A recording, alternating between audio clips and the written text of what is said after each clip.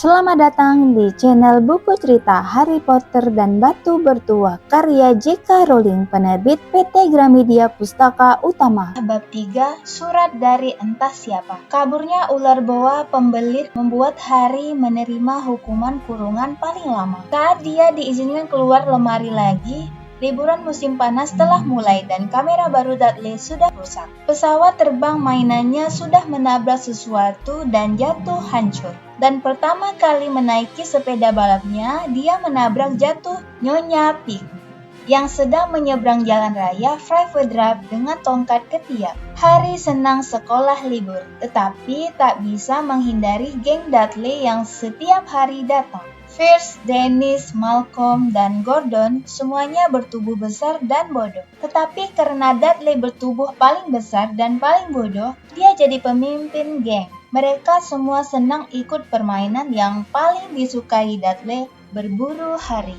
Inilah sebabnya Harry melewatkan waktu sebanyak mungkin di luar rumah, berjalan-jalan dan memikirkan akhir liburan. Saat dia bisa melihat secercah kecil harapan dengan datangnya bulan September nanti, dia akan masuk SMP dan untuk pertama kali dalam hidupnya, dia tidak akan bersekolah bersama-sama Dudley. Dudley akan masuk sekolah Paman Vernon dulu. Smeltings, Fierce Polkis akan masuk ke sana juga. Harry sebaliknya akan bersekolah di Stonewall High, SMP lokal. Dudley menganggap ini sangat lucu. Hari pertama mereka memasukkan kepala anak baru ke toilet di Stonewall. Katanya kepada Harry, "Mau latihan dulu di atas?" "Tidak, terima kasih," kata Harry. "Kasihan toilet.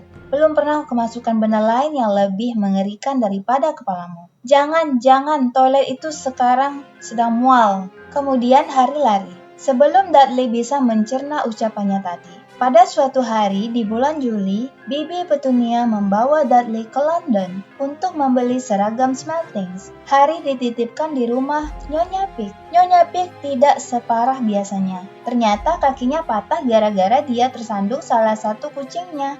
Jadi sekarang dia tak begitu suka kucing. Dibiarkannya Harry menonton TV dan diberinya Harry sepotong kue coklat yang rasanya sudah tengik. Malam itu Dudley berparade memakai seragam baru di ruang keluarga.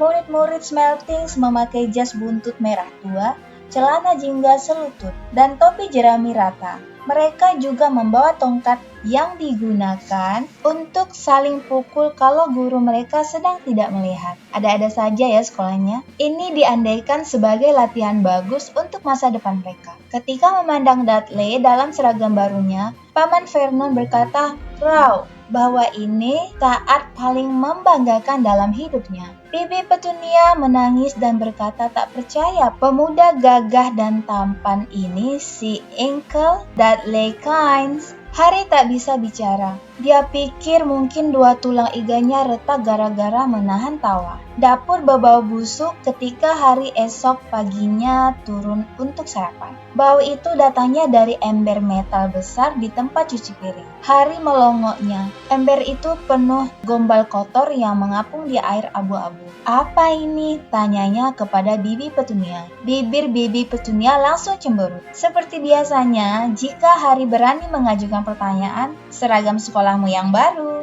jawabnya. Harry memandang ke dalam ember lagi. "Oh," komentarnya, "tak kusangka harus basah begitu."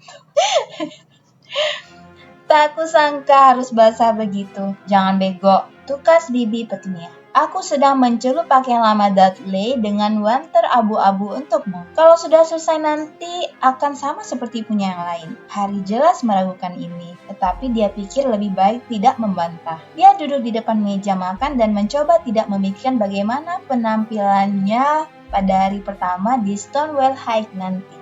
Seperti memakai potongan-potongan kulit gajah tua. Mungkin Dudley dan Paman Vernon muncul. Keduanya mengenyitkan hidung gara-gara bau seragam Harry yang baru. Paman Vernon seperti biasa membuka koran dan Dudley memukul-mukulkan tongkat Smeltings yang selalu dibawanya kemana-mana di atas meja. Mereka mendengar bunyi klik kotak surat dan jatuhnya surat-surat di keset. "Ambil surat, Dudley," kata Paman Vernon dari balik korannya. katanya. Suruh saja Harry, ambil surat Harry. Suruh saja Dudley, sodok dia dengan tongkat smelting room. Dudley, ada 3 benda geletak di keset. Kartu pos dari adik perempuan Paman Vernon, Marge, yang sedang berlibur di Pulau W. Amplop coklat yang kelihatannya berisi tagihan. Dan surat untuk Harry. Harry mengambil dan menatapnya.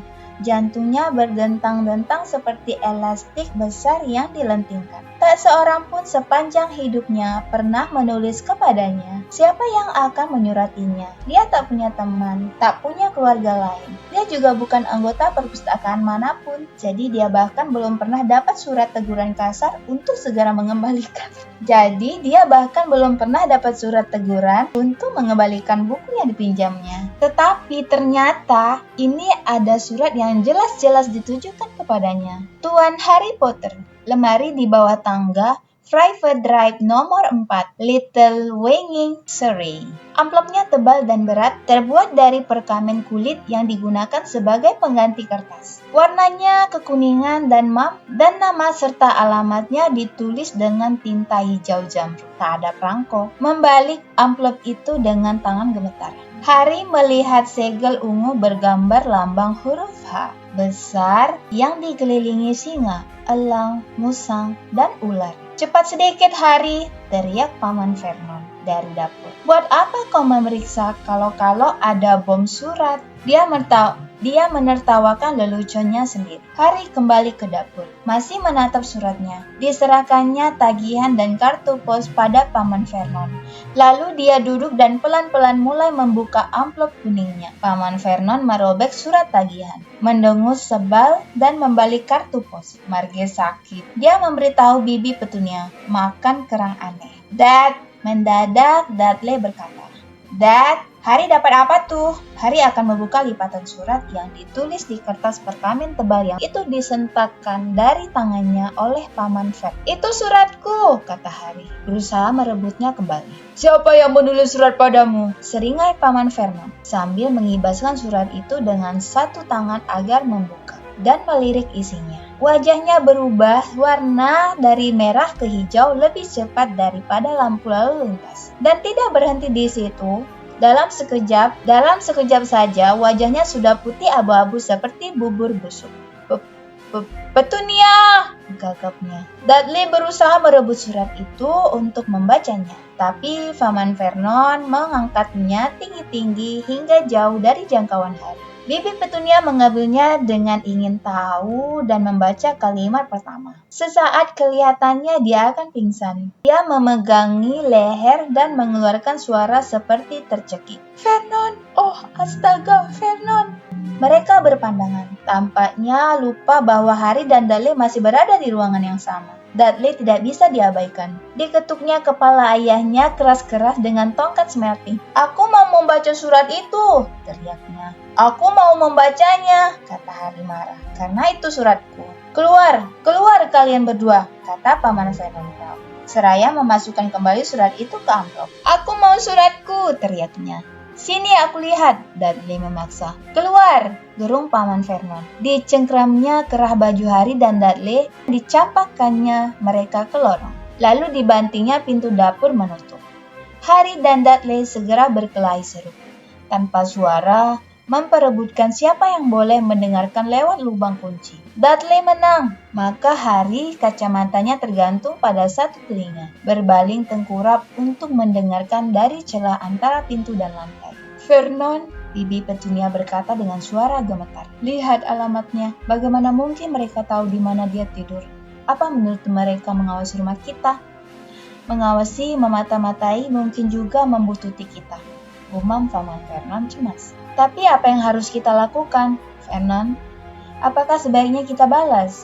Kita katakan bahwa kita tak ingin. Harry bisa melihat sepatu Paman Vernon yang hitam mengkilap mondar-mandir di dapur.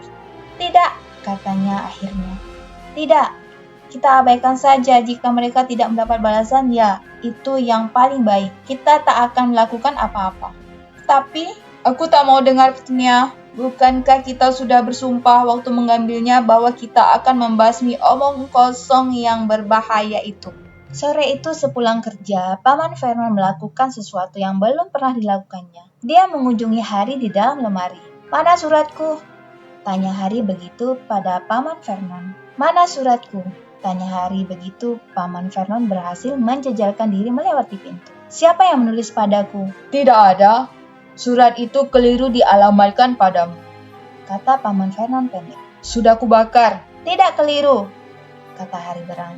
Di alamatnya tertulis lemariku. Diam, raung Paman Vernon dan dua laba-laba terjatuh dari langit-langit lemari. Dia menarik napas dalam beberapa kali kemudian memaksakan wajahnya tersenyum. Kelihatan memelas sekali. Ya Hari, tentang lemari ini, bibimu dan aku sudah berpikir-pikir. Kau sebetulnya sudah terlalu besar untuk tinggal di sini. Kami rasa lebih enak jika kau pindah ke kamar Dudley yang satunya. Kenapa? Tanya Hari. Jangan tanya-tanya, tukas pamannya. Bawa barang-barangmu ke atas. Sekarang, rumah keluarga Dursley punya 4 kamar. 1 untuk Paman Vernon dan Bibi Petunia. 1 untuk tamu biasanya adik Paman Vernon, Margaret. 1 adalah kamar tidur Dudley. Dan satunya lagi tempat Dudley menyimpan mainan dan barang-barangnya yang tidak muat ditaruh di kamar tidur. Hari tanya perlu sekali angkut untuk memindahkan barang-barang dari lemari ke kamar ini. Dia duduk di tempat tidur dan memandang berkeliling.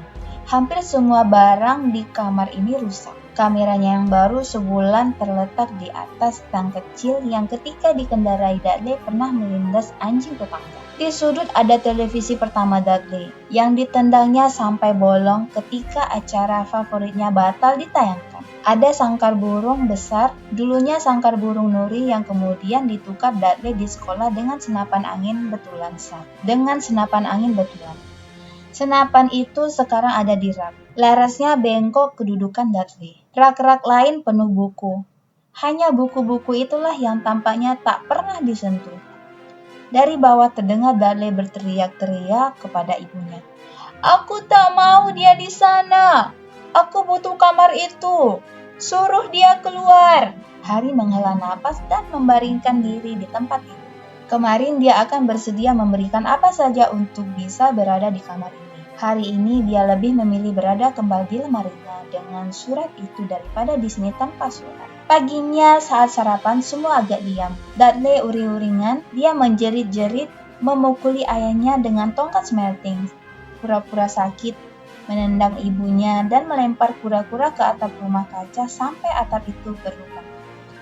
Tapi tetap saja dia tidak memperoleh kembali kamarnya. Hari merenungkan saat jam begini kemarin dan menyesal sekali kenapa dia tidak membuka suratnya sewaktu masih di lorong. Paman Vernon dan Bibi Petunia saling pandang dengan wajah geram. Ketika tukang pos tiba, Paman Vernon yang kelihatannya mencoba berbaik-baik kepada Hari, menyuruh Dudley mengambil surat. Mereka mendengar Dudley memukul-mukulkan tongkat smelting sambil turun ke lorong. Kemudian dia berteriak, ada surat lagi, Tuan Harry Potter. Kamar paling kecil, private drive nomor 4. Dengan pekik tertahan, Paman Vernon melompat dari kursi dan berlari turun. Harry di belakangnya. Paman Vernon harus memiting Dudley ke lantai untuk merebut surat itu.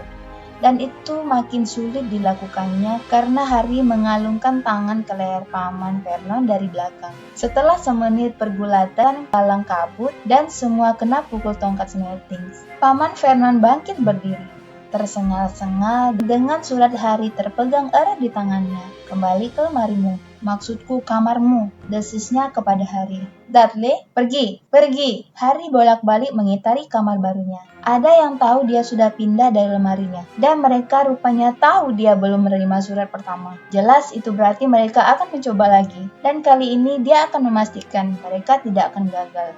Dia punya rencana. Jam waker yang sudah dibetulkan berdering pukul 6 keesokan pagi. Harry cepat-cepat mematikan dan berganti pakaian tanpa menimbulkan suara. Jangan sampai keluarga Dursley terbangun. Diam-diam dia turun tanpa menyalakan lampu satu. Dia akan menunggu tukang pos di sudut private drive dan mengambil surat-surat untuk rumah nomor 4 lebih dulu. Jantungnya berdegup kencang saat dia merayap di lorong gelap menuju pintu depan. Harry kaget dan terloncat. Dia menginjak sesuatu yang besar dan empuk di keset. Sesuatu yang hidup. Lampu menyala di loteng dan betapa kagetnya Harry. Benda empuk yang diinjaknya tadi ternyata wajah pamannya. Paman Vernon sengaja tidur di depan pintu dalam kantong tidur. Jelas dia bermaksud menghalangi Harry melakukan apa yang akan dilakukannya. Selama kira-kira setengah jam, dia memarahi Harry. Kemudian menyuruhnya membuat secangkir teh. Harry terseok sedih ke dapur. Dan pada saat dia kembali, surat sudah datang. Jatuh persis di pangkuan Paman Vernon.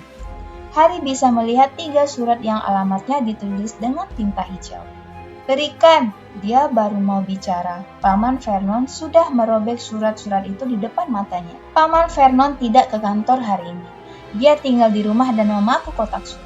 Kalau tidak bisa mengirim surat, mereka akan menyerah. Dia menjelaskan kepada Bibi Petunia dengan mulut penuh paku. Aku tak yakin, Vernon.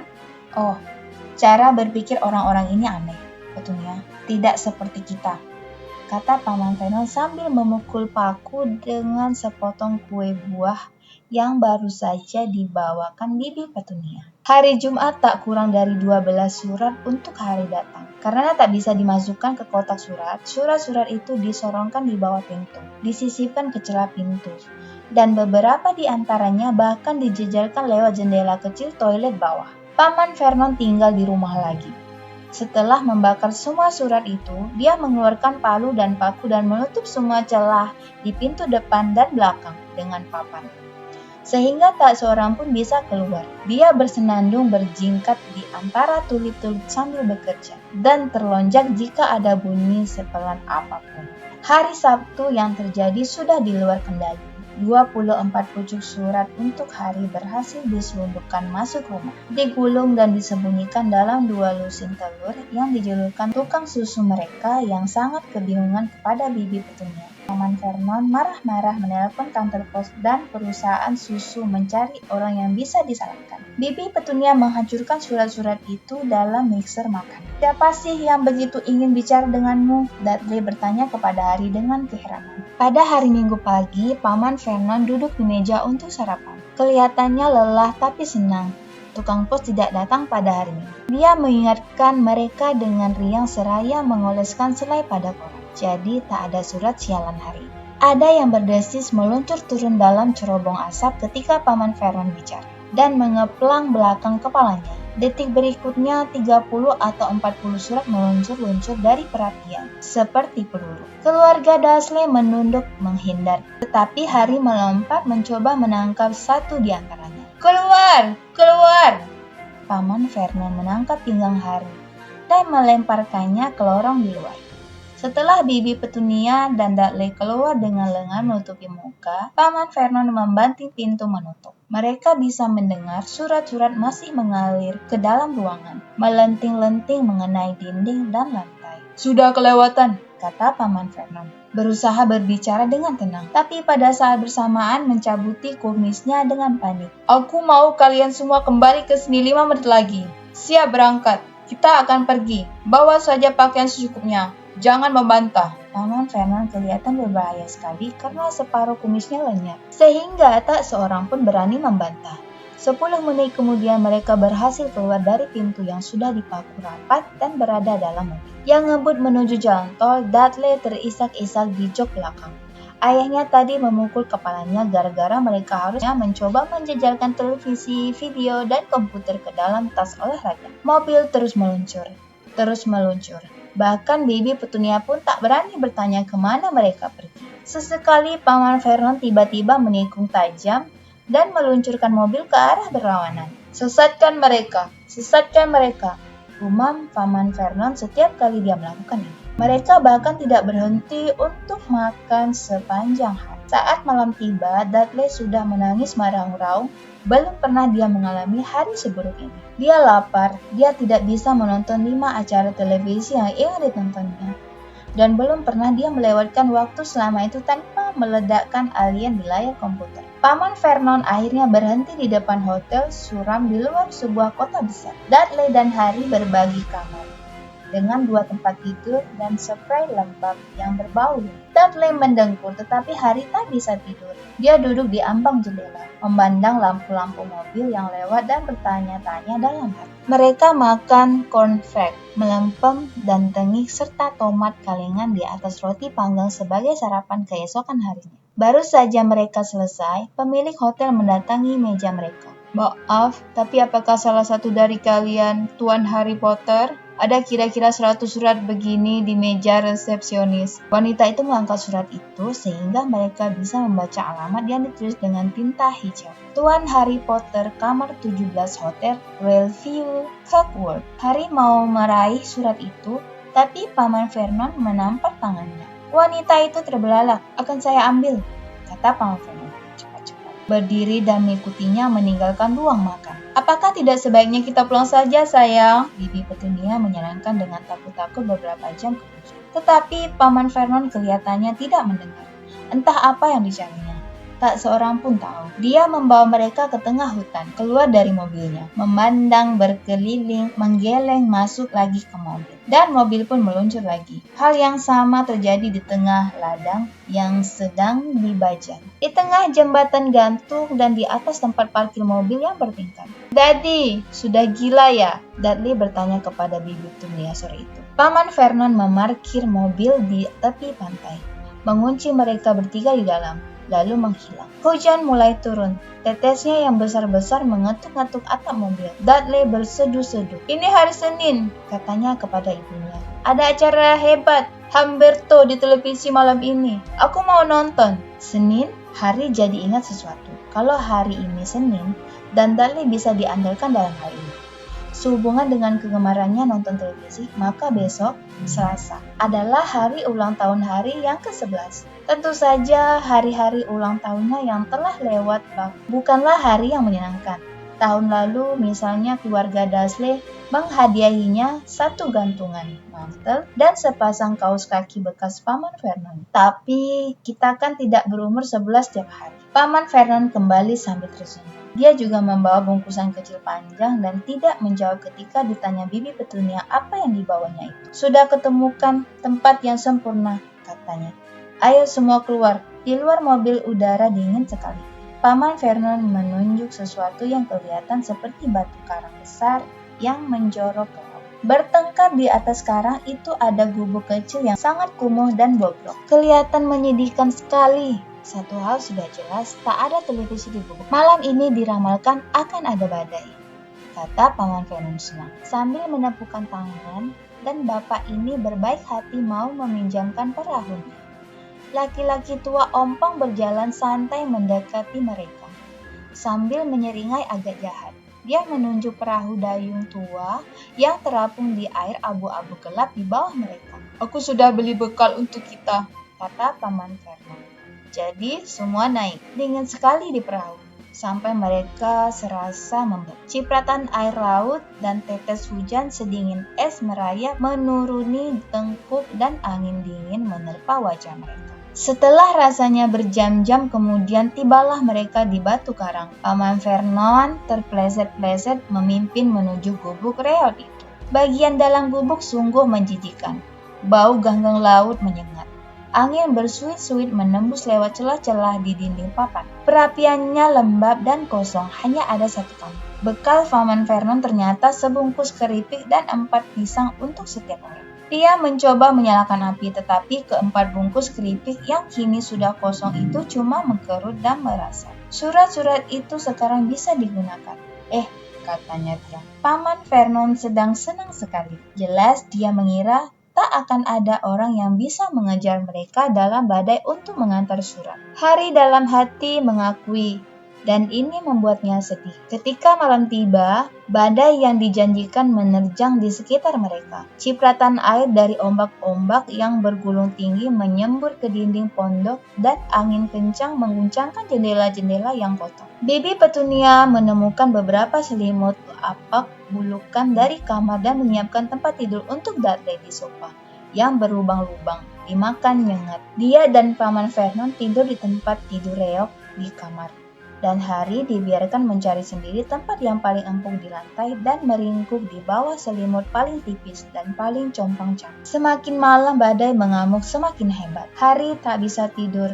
Dia gemetar kedinginan dan membalikkan tubuh, mencoba mencari posisi yang lebih nyaman. Perutnya yang lapar berkeroncongan, dengkur Dudley terendam oleh gemuruh-gemuruh yang mulai menggelegar menjelang tengah malam. Jarum arloji Dudley yang menyala Tangan gemuknya yang memakai arloji berjuntai ke bawah sofa, menunjukkan bahwa 10 menit lagi Hari akan berusia 11 tahun. Dia berbaring memandangi saat ulang tahunnya yang berdetik-detik semakin dekat. Bertanya-tanya apakah keluarga Dursley akan ingat soal ulang tahunnya. Bertanya-tanya di manakah gerangan orang yang menulis surat padanya sekarang. 5 menit lagi Hari mendengar sesuatu yang berkerut di luar. Dia berharap atap gubuk tidak akan runtuh. Walaupun kalau iya, dia mungkin akan lebih hangat. 4 menit lagi, mungkin rumah di Private Drive akan penuh surat ketika mereka pulang nanti. Sehingga dia bisa mencuri satu. 3 menit lagi, ombakkah itu yang menghantam karang begitu keras? Dan 2 menit lagi, bunyi derak aneh apa itu? Apa karangnya remuk dan berjatuhan ke laut? Semenit lagi dia akan berusia 11 tahun. 30 detik, 20 detik, 10, 9. Mungkin dia akan membangunkan Dudley sekadar supaya Dudley marah saja. 3, 2, 1. Bam! Seluruh gubuk bergetar dan Hari langsung duduk tegak memandang pintu. Ada orang di luar pintu, menggedor-gedor mau masuk. Bab 4. Si pemegang kunci. Bam! Mereka menggedor lagi. Dudley terbangun dengan kaget. Di mana meriamnya? Tanyanya bego. Terdengar gubrakan di belakang mereka dan Paman Vernon muncul tergopoh-gopoh ke dalam ruangan. Tangannya memegang senapan. Sekarang mereka tahu apa yang ada dalam bungkusan kurus panjang yang tadinya dibawanya. Siapa itu? Teriaknya. Kuperingatkan kau, aku bersenjata. Sunyi sesaat. Kemudian, gebrak! Pintu dihantam begitu keras sampai terlepas dari engsel. Dan dengan bunyi memekakkan telinga, pintu itu terhempas ke lantai. Sesosok raksasa berdiri di depan pintu. Wajahnya nyaris tersembunyi di balik rambut panjangnya yang aut-autan dan brewok liar yang berantakan. Tetapi kau bisa melihat matanya, berkilauan bagi 2 kumbang hitam di balik rambut aut-autan itu. Si raksasa memaksakan diri masuk, menunduk sehingga kepalanya cuma menyentuh langit-langit.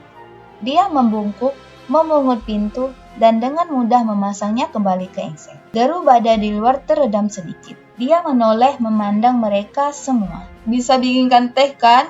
Tidak gampang datang ke sini. Dia melangkah ke sofa. Dudley duduk membeku ketakutan. Minggir, karung besar, kata orang asing itu.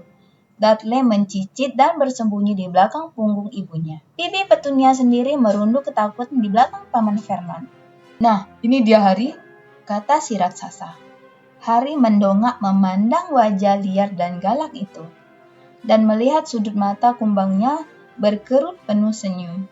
Terakhir kali aku melihatmu, kau masih bayi, kata si raksasa. Kau mirip sekali ayahmu, tapi matamu mata ibumu. Paman Vernon mengeluarkan suara serak yang aneh. Saya meminta Anda segera pergi, Sir, katanya. Anda mencobol pintu dan masuk tanpa izin. Tutup mulut. Dursley, jangan sok, kata si raksasa. Tangannya menjangkau ke belakang sofa. Jambret senapan dari tangan Paman Vernon. Membengkokkannya seakan senapan itu terbuat dari karet saja, lalu melemparkannya ke sudut ruangan. Paman Vernon mengeluarkan suara aneh lagi, seperti cicit tikus yang terinjak. Yang jelas, Hari, kata si raksasa, berbalik membelakangi keluarga Dursley. Selamat ulang tahun untukmu, selamat panjang umur, bahwa sesuatu buatmu mungkin tadi kududuki, tapi rasanya pasti masih enak. Dari saku dalam mantel hitamnya, dia mengeluarkan kotak yang agak penyok. Dia membukanya dengan tangan gemetar. Di dalam kotak itu ada kue coklat besar dengan tulisan selamat ulang tahun, Hari, dari gula hijau. Terharu gitu loh. Hari menengadah menatap si raksasa. Dia bermaksud mengucapkan terima kasih, tetapi kata-katanya menghilang dalam perjalanan ke mulut. Dan yang dikatakannya malah, siapa kau? Si raksasa tertawa. Betul, aku belum memperkenalkan diri. Rubeus Hagrid, pemegang kunci dan pengawas binatang liar di Hogwarts. Dia mengulurkan tangan yang besar sekali dan menguncang seluruh lengan Hari. Bagaimana tehnya tadi? Katanya. seraya menggosok-gosokkan tangan. Aku juga tidak tolak minuman yang lebih keras kalau memang ada. Pandangannya tertuju ke perapian dengan bungkus kritik yang sudah mengkerut dan dia mendengus. Dia membungkuk ke perapian, mereka tidak bisa melihat apa yang dilakukannya. Tetapi ketika dia tegak lagi, sedetik kemudian api sudah menyala-nyala. Api itu memenuhi pondok yang lembab dengan cahayanya yang bergerak-gerak dan Hari merasa kehangatan menyelubunginya. Seakan dia masuk ke bak berisi air panas.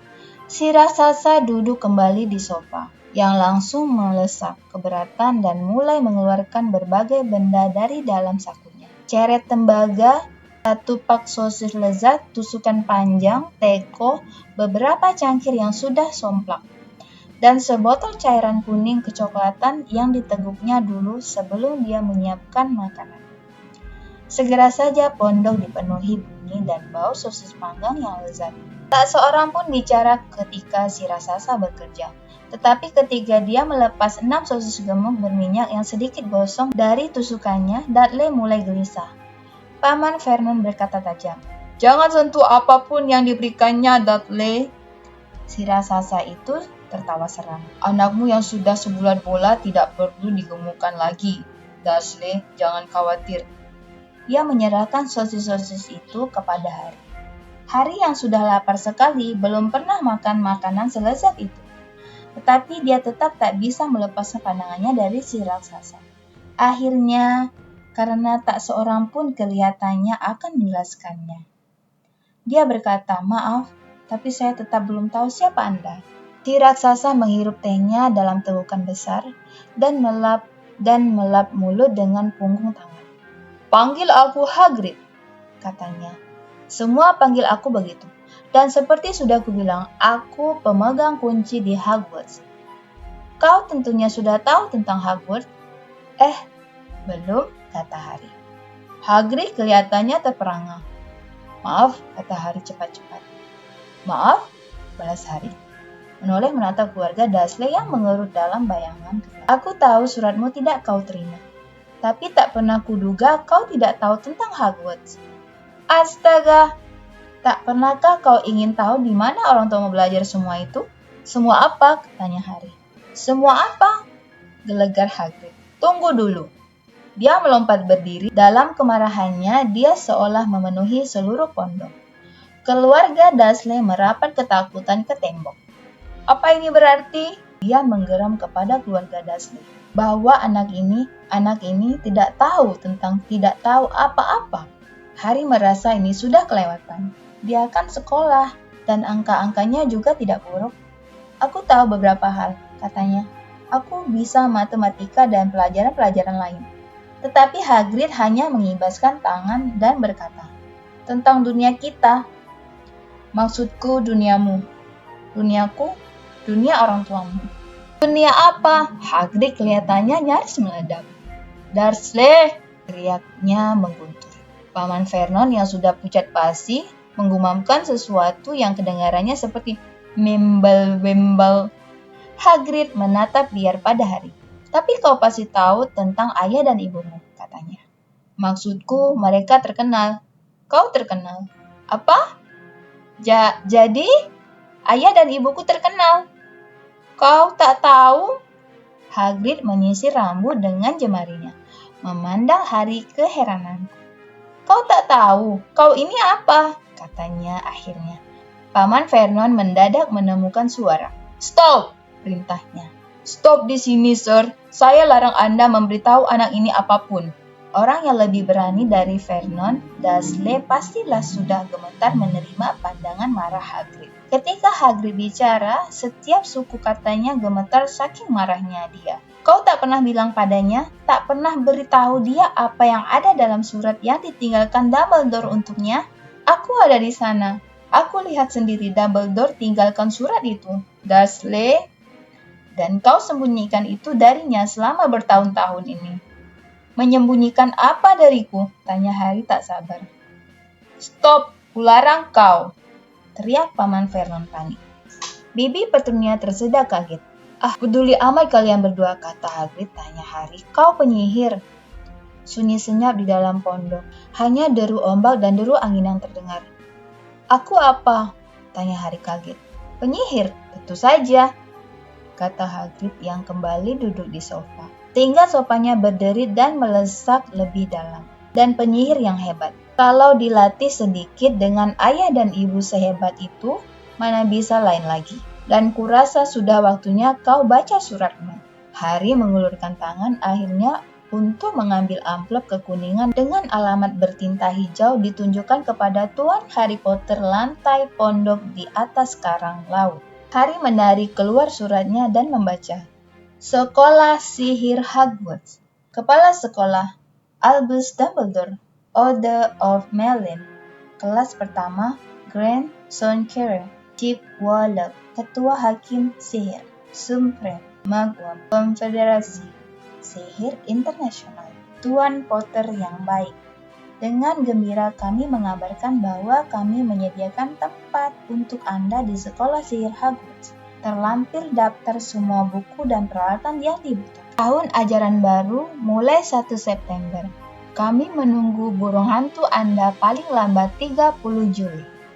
Hormat saya, Minerva McGonagall, Wakil Kepala Sekolah. Berbagai pertanyaan meledak-ledak dalam kepala Harry seperti kembang api dan dia tidak dapat memutuskan mana yang akan ditanyakan lebih.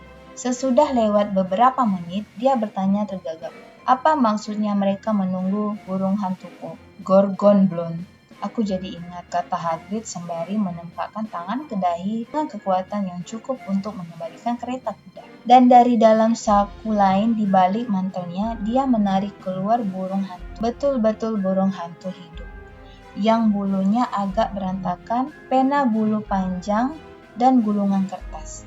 Dengan menggigit lidah, dia menulis pesan yang bisa dibaca Harry dengan terbalik. Tuan Dumbledore yang terhormat, surat Harry sudah kusampaikan. Akan bawa dia beli perlengkapan besok.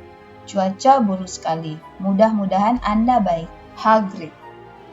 Hagrid menggulung pesannya, menyerahkannya kepada si burung hantu yang menggigitnya di paruh, lalu melangkah ke pintu dan melontarkan si burung hantu ke dalam badai. Kemudian dia kembali dan duduk lagi seakan tindakannya tadi sewajar orang bicara di telepon.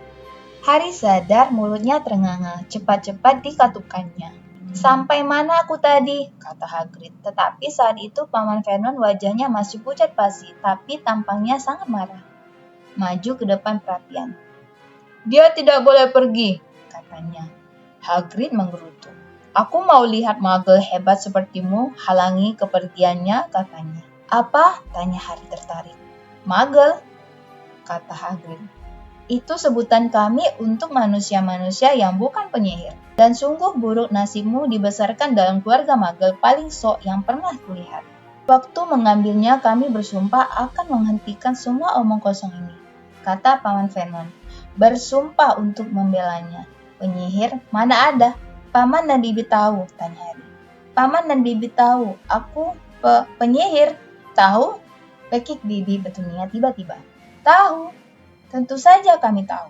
Bagaimana tidak? Kalau adikku yang brengsek juga begitu. Oh, dia sudah menerima surat seperti itu dan menghilang ke sekolah itu. Dan pulang setiap liburan dengan kantong penuh telur katak dan mengubah cangkir menjadi tikus. Aku satu-satunya yang tahu dia seperti apa. Dia aneh, tetapi ibu dan ayahku, apa-apa Lily. Lily begini dan Lily begitu. Mereka bangga punya anak penyihir. Dia berhenti untuk menarik napas dalam-dalam. Kemudian merepet lagi. Kelihatannya sudah bertahun-tahun dia ingin mengeluarkan semua ini.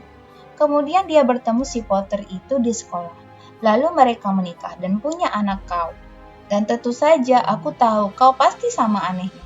Sama abnormalnya. Kemudian si Lily itu kena ledakan dan terpaksa kami kebebanan kau. Harry menjadi pucat. Segera setelah dapat bicara dia berkata, ledakan? Kalian bilang mereka meninggal dalam kecelakaan mobil. Kecelakaan mobil? Raung Hagrid. Melompat bangun dengan amat marah sehingga Tuan dan Nyonya Dursley cepat-cepat kembali ke sudut mereka. Bagaimana mungkin kecelakaan mobil bisa bunuh Lily dan James Potter? Sungguh penghinaan besar. Skandal Harry Potter tidak tahu kisah hidupnya sendiri. Sementara semua anak di dunia kami tahu namanya. Tapi kenapa? Apa yang terjadi? desak Harry. Kemarahan memudar dari wajah Hagrid. Tiba-tiba dia kelihatan khawatir. Tak kusangka akan begini, katanya cemas dengan suara rendah. Waktu Dumbledore bilang mungkin akan ada kesulitan ambil kau. Tak kukira kau serba tidak tahu begini. Ah, Harry, aku tak tahu apakah aku orang yang tepat untuk beritahu kau. Tapi harus ada yang kasih tahu. Tak mungkin kau berangkat ke Hogwarts tanpa tahu ini. Hagrid memandang sebal pada keluarga Dursley. Ya, ada baiknya kau tahu sejauh yang bisa kuceritakan padamu. Aku tak bisa ceritakan semua, soalnya sebagian di antaranya misteri besar. Dia duduk memandang api selama beberapa detik, kemudian berkata, semua ini menurutku dimulai oleh orang yang bernama, kelewatan sekali kau tidak tahu namanya. Semua orang di dunia ini tahu. Siapa? Ya, aku tak mau sebut namanya, kalau bisa. Tak seorang pun berani sebut namanya. Kenapa tidak? Astaga naga, Harry, orang kan masih takut. Wah, susah jadinya. Begini, ada penyihir yang jadi jahat sekali, bahkan lebih dari jahat. Jauh lebih jahat daripada sekadar lebih jahat. Namanya Hagrid menelan ludah, tapi tak ada suara yang keluar. Bagaimana kalau ditulis saja? Harry mengusulkan. Tidak, aku tidak bisa, Ija. Baiklah. Voldemort. Hagrid bergidik. Jangan suruh aku sebut sekali lagi. Pendeknya, penyihir ini kira-kira 20 tahun yang lalu mulai cari pengikut. Dan dapat. Lagi sebagian karena takut. Sebagian lagi karena inginkan cipratan kekuasaannya. Karena dia memang punya kekuasaan. Sungguh hari-hari suram. Hari, kita tak tahu siapa yang bisa dipercaya. Tak berani bersikap ramah pada penyihir asing. Hal-hal mengerikan terjadi. Dia mulai ambil alih kekuasaan, tentu saja beberapa berusaha lawan dia dan mereka dibunuh. Dengan sangat mengerikan, salah satu tempat yang masih aman adalah Hogwarts. Kurasa Dumbledore adalah satu-satunya yang ditakuti. Kau tahu siapa tidak berani ambil alih sekolah. Dulu paling tidak. Ibu dan ayahmu penyihir hebat. Dua-duanya ketua murid semasa mereka sekolah. Kurasa misterinya adalah kenapa kau tahu siapa tidak coba tarik ibu dan ayahmu ke pihaknya sebelumnya. Mungkin dia tahu mereka terlalu dekat dengan Dumbledore, sehingga pasti tidak tertarik pada sihir hitam. Mungkin dia kira bisa bujuk mereka. Mungkin dia cuma ingin mereka menyingkir. Yang orang tahu hanyalah dia muncul di desa tempat kalian tinggal di malam Halloween 10 tahun lalu. Kau baru berumur 1 tahun. Dia datang ke rumahmu dan Hagrid tiba menarik keluar sapu tangan yang sangat kotor dan membuang ingus dengan bunyi seperti trompet. Maaf, katanya, tetapi aku sedih sekali. Aku kenal ibu dan ayahmu. Tak ada orang lain sebaik mereka, pendeknya. Kau tahu siapa bunuh mereka. Kemudian dan ini misteri yang sesungguhnya. Dia mencoba bunuh kau juga, mau habisi kalian sampai tuntas, kurasa. Atau mungkin dia memang senang membunuh. Tetapi dia tidak bisa bunuh kau. Pernahkah kau bertanya-tanya bagaimana kau dapat bekas luka di dahimu? Itu bukan luka biasa. Itu yang kau dapat jika kekuatan sihir jahat sentuh kau. Berhasil tewaskan ibu dan ayahmu. Bahkan hancurkan rumahmu. Tetapi tidak mempan untukmu. Itulah sebabnya kau terkenal, Harry. Tak seorang pun bisa hidup setelah dia putuskan untuk membunuhnya. Tak seorang pun kecuali kau, dan dia telah berhasil bunuh penyihir-penyihir terbaik pada zaman ini. Keluarga McKinnon, keluarga Bond, keluarga Privet, padahal kau masih bayi, dan kau hidup. Sesuatu yang menyakitkan berpusat dalam benak Harry. Ketika cerita Hagrid hampir tamat, dia melihat kembali cahaya hijau menyilaukan lebih jelas daripada yang selama ini diingatnya. Dan dia juga ingat sesuatu yang lain. Untuk pertama kali dalam hidupnya, tawa nyaring, dingin, dan bengis. Hagrid menatapnya dengan sedih. Aku sendiri yang ambil kau dari rumahmu, yang hancur atas perintah Dumbledore. Kubawa kau ke keluarga ini. Omong kosong besar, kata Paman Vernon. Harry melompat. Dia nyaris lupa keluarga Dursley ada di situ. Dia mendelik kepada Hagrid dan tangannya terkepal. Dengarkan aku, Harry. Kuakui kau memang agak aneh, tapi mungkin bisa dibereskan dengan dihajar. Sedangkan tentang orang tuamu, mereka memang aneh, tak bisa dibantah. Dan menurutku, dunia ini lebih baik tanpa mereka. Yang terjadi itu salah mereka sendiri, bergaul dengan tukang-tukang sihir. Mau apa lagi? Sudah kuduga mereka akan berpikir begitu. Tetapi saat itu Hagrid melompat bangun dari sofa dan menarik payung buntut merah jambu dari dalam saku, sambil mengacungkan payung itu ke arah Paman Vernon, seperti pedang. Dia berkata, "Kuperingatkan kau, Dursley, kuperingatkan kau, satu kata lagi saja." Menghadapi bahaya ditombak dengan ujung payung, keberanian Paman Vernon melepem lagi. Dia merapatkan diri ke dinding dan diam. Itu lebih baik, kata Hagrid, bernapas berat dan duduk lagi di sofa. Yang kali ini melesat sampai ke lantai. Harry sementara itu masih penasaran, masih ingin mengajukan ratusan pertanyaan. Tetapi apa yang terjadi pada Paul? Maaf, maksudku kau tahu siapa? Pertanyaan bagus, Harry. Hilang. Lenyap. Malam yang sama dia coba bunuh kau, membuat kau tambah terkenal, itulah misteri yang paling besar. Soalnya, belakangan makin lama dia makin kuat, jadi kenapa dia harus pergi? Ada yang bilang dia mati, omong kosong. Menurutku, kau tahu apakah masih ada cukup manusia di tubuhnya untuk bisa mati? Yang lain lagi bilang, dia masih sembunyi. Tunggu waktu yang tepat, tapi aku tidak percaya. Orang-orang yang tadinya jadi pengikutnya telah kembali ke kami. Beberapa di antaranya seperti kerasukan. Mana mungkin mereka balik ke kami kalau dia akan datang lagi? Kebanyakan dari kami duga dia masih ada entah di mana, tapi sudah kehilangan kekuatan, terlalu lemah untuk terus merajalela. Karena sesuatu pada dirimu menghabisi dia, Harry. Ada yang terjadi malam itu yang di luar perhitungannya. Aku tak tahu apa itu. Tak ada yang tahu, tetapi sesuatu pada dirimu membuat dia takut. Hagrid memandang Harry dengan hangat dan rasa hormat. Tetapi Harry alih-alih merasa senang dan bangga, yakin ada kekeliruan besar. Penyihir? Dia bagaimana mungkin dia penyihir? Dia melewatkan hidupnya dijadikan bulan-bulanan oleh Dudley dan ditindas oleh Bibi Petunia dan Paman Vernon. Kalau memang dia penyihir, kenapa mereka tidak berubah jadi kodok setiap kali mereka mencoba menguncinya di dalam lemari? Jika dia pernah mengalahkan penyihir paling hebat di dunia, bagaimana mungkin Dudley selalu bisa menendang-nendangnya ke sana kemari seperti bola? Hagrid, katanya cemas. Kurasa kau pasti keliru. Tidak mungkin aku ini penyihir. Betapa herannya dia. Hagrid tertawa. Tidak mungkin penyihir. Tidak pernahkah ada peristiwa-peristiwa yang terjadi setiap kali kau takut atau marah? Harry memandang perhatian. Kalau dipikir-pikir semua kejadian aneh yang membuat Bibi dan Paman Vernonnya marah kepadanya terjadi ketika dia, Harry, sedang marah atau sedih. Ketika dikejar-kejar oleh geng Dudley, entah bagaimana dia selalu bisa meloloskan diri. Waktu cemas karena harus ke sekolah dengan potongan rambut yang konyol. Dan ketika Dudley terakhir kali memukulnya, bukankah dia berhasil membalasnya tanpa sadar? Bukankah dia yang melepas ular boa yang menakutkan? Dudley, Harry kembali memandang Hagrid, tersenyum dan melihat Hagrid menyengir senang kepadanya. Harry kembali memandang Hagrid, tersenyum dan melihat Hagrid nyengir senang kepadanya. Lihat sendiri kan, kata Hagrid. Harry Potter tidak mungkin penyihir. Tunggu saja, kau akan terkenal di Hogwarts.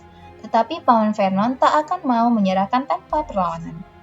Kan sudah kubilang, dia tidak boleh pergi, desisnya. Dia akan ke Stonewall High, dan dia akan berterima kasih karenanya.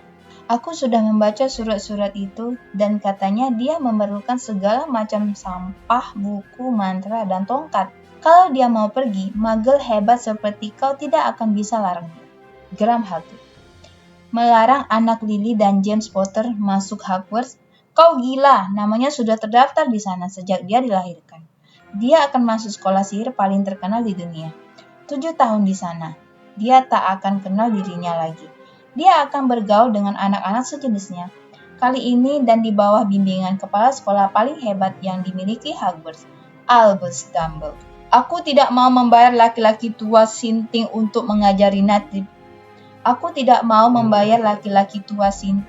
mengajarinya tipuan sihir. Teriak Paman Vernon. Tapi dia sudah kelewatan. Hagrid menyambar payung dan memutar-mutarnya di atas kepala. Jangan, berani-berani, gelegarnya. Hina Albus Dumbledore di depanku. Dia ayunkannya payungnya turun untuk menunjuk Dudley. Ada kilatan cahaya ungu. Bunyi seperti petasan, jeritan nyaring, dan detik berikutnya Dudley menari-nari di tempat dengan tangan memegangi pantatnya yang gemuk. Menjerit-jerit kesakitan. Ketika dia berbalik membelakangi mereka, Harry melihat ekor babi melingkar, nongol dari lubang di celananya. Paman Vernon menggerung, seraya menarik bibi petunnya dan Dudley ke kamar satunya. Dia melempar pandangan ketakutan untuk terakhir kali kepada lalu membanting pintu menutup di belakang mereka. Hagrid menduduk menatap payungnya dan membelai janggut. Harusnya tak boleh marah, katanya mesal. Tapi kan tidak berhasil. Maksudku mau ubah dia jadi babi. Tapi kurasa dia sudah mirip sekali babi. Tak banyak lagi yang bisa dilakukan. Dia melirik Harry dari bawah alisnya yang lembat. Aku akan berterima kasih kalau kau tidak sebut-sebut kejadian ini pada siapapun di Hogwarts, katanya. Sebetulnya dia tidak boleh menyihir. Hanya boleh sedikit untuk ikuti kau. Salah satu alasan aku ingin sekali dapatkan tugas ini. Kenapa kau tidak boleh menyihir? Tanya Harry. Oh iya, aku dulunya sekolah di Hogwarts juga. Tapi aku dikeluarkan, jujur saja. Waktu kelas 3 mereka patahkan tongkatku jadi 2 dan macam-macam lagi. Tetapi Dumbledore izinkan aku tinggal sebagai pengawas binatang liar. Orang hebat, Dumbledore. Kenapa kau dikeluarkan? Sudah malam dan banyak yang harus kita lakukan besok, kata Hagrid keras-keras. Harus ke kota beli buku-buku dan peralatanmu. Hagrid melepas mantel hitamnya yang tebal dan melemparkannya pada Harry. Bisa kau jadikan selimut, katanya. Jangan pedulikan kalau sedikit meronta-ronta. Kurasa masih ada sepasang tikus di salah satu sakunya.